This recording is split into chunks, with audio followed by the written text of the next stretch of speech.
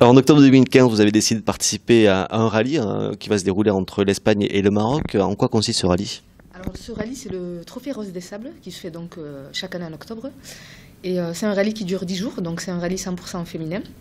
Et la condition pour participer à ce rallye, c'est de ramener au minimum 50 kg de matériel. Donc c'est pas un rallye où la notion de vitesse est prise en compte, c'est plus d'accéder à des points de contrôle.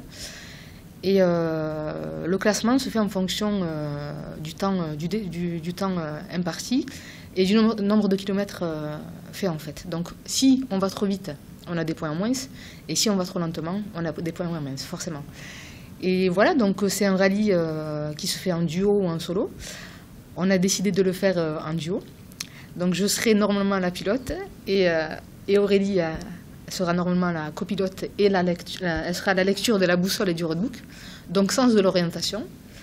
On va se former parce que de conduire un 4x4, c'est pas de conduire une voiture anodine.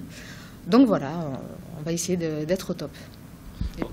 C'est pour ça que vous avez mis un an, vous êtes donné un an pour vous préparer, mais aussi pour trouver l'argent, parce que forcément participer à un rallye, ça nécessite du budget. Aujourd'hui, vous êtes à la recherche de partenaires?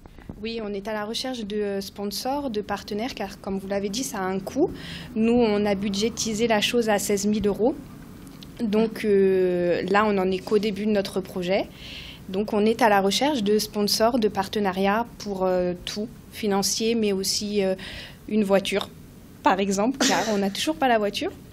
Bon, on a encore un an, voilà. Des conseils, enfin voilà, c'est pas forcément... Alors c'est vrai que l'idéal, bien sûr, il y a du sponsoring financier, parce que sur ces 16 000 €, en fait, il y a 7 200 € de d'inscription pour toutes les deux. Et le reste, c'est oui, la voiture, tout ce qui est frais matériels, tout ce qui est essence, formation, parce que comme je disais tout à l'heure, il y aura une formation. Et à côté de ça, on ne se repose pas que sur les sponsors. C'est-à-dire qu'on va aussi mener des actions pour récolter des fonds, mais pour montrer aussi qu'on a les mains dans le charbon et qu'on a investi et que on veut vraiment le vivre jusqu'au bout et pas juste arriver et avoir les fonds qui arrivent comme ça. Sinon, ce serait pas rigolo, j'ai envie de dire. C'est un challenge pour nous. C'est un investissement.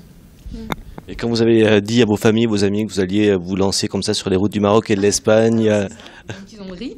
Ça, c'est la première des choses. Moi, jusqu'à il y a très peu de temps, mon mari ne me croyait pas. Il n'avait pas confiance en nous. Il disait oui, bon, bah, vous embêtez, vous avez du temps à perdre, alors voilà, faites, imaginez. Et puis là, finalement, il se prend au jeu, toute la famille se prend au jeu. Et c'est pas qu'un projet pour nous, mais c'est un projet familial. Nos familles s'investissent. Mon fils de 8 ans m'a acheté mes 3 premiers billets de tombola. Donc voilà, c'est un projet familial. Avant tout, aussi, pour nous.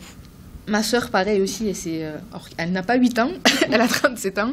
Ceci dit, dès le début, pour la tombola, elle s'est vraiment investie humainement. Elle a donné beaucoup d'énergie, et c'est que le début. Et voilà, donc... et oui, comme elle disait tout à l'heure, il y a aussi nos amis, à travers Facebook, on a souvent des demandes, ou des conseils, ou des témoignages. Et ça fait plaisir, parce qu'au final, on se rend compte qu'on n'est pas toute seule, que le projet, il tient la route, qu'il parle à beaucoup de monde, et puis et qu'il est fédérateur aussi. Donc... c'est vraiment un projet collectif. Voilà, on est parti de 2 personnes et au final, ça s'élargit et on espère toucher un maximum de personnes. C'est le but.